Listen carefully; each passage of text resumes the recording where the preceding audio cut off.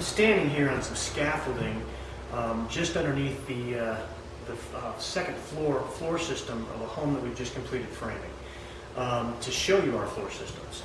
Our floor systems are comprised of a couple of key materials and a very important installation process that creates a system that is superior to what you're going to find in most other homes that you look at. The first part of these floor systems are these i-joists, these members here. Traditionally, you would find 2x10s in their place. And 2x10s are plenty strong enough to carry the weight the code requires them to carry, but they have a lot of flaws.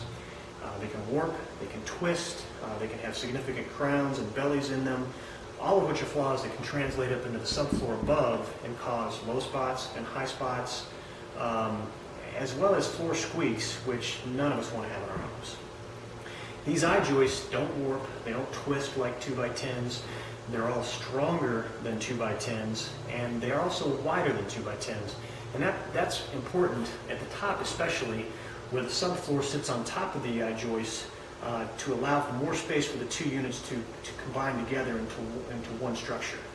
The subfloor, as I mentioned, we use a water-resistant subfloor. Traditional subfloor is not water-resistant, and as you're framing a home, it almost always gets wet.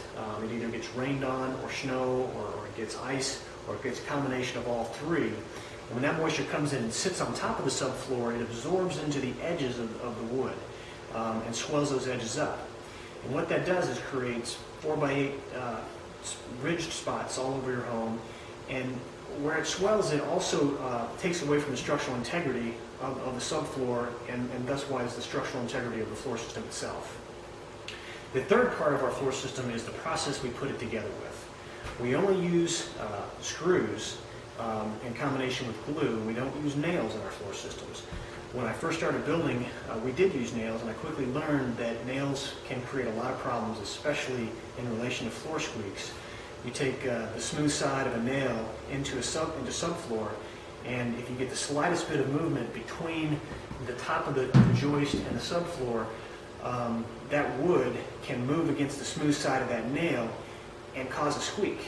If you only use screws, if you get a little bit of movement in the same spot, you've got the ridges of those screws, which generally doesn't even allow the subfloor to move.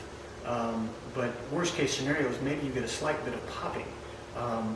So the combination of the i-joists instead of 2x10s, the water-resistant subfloor instead of regular subfloor, and the installation process where we only use screws and glue to put the system together really does produce a superior floor that most other builders aren't going to take the time or spend the extra money to build a system for you like that.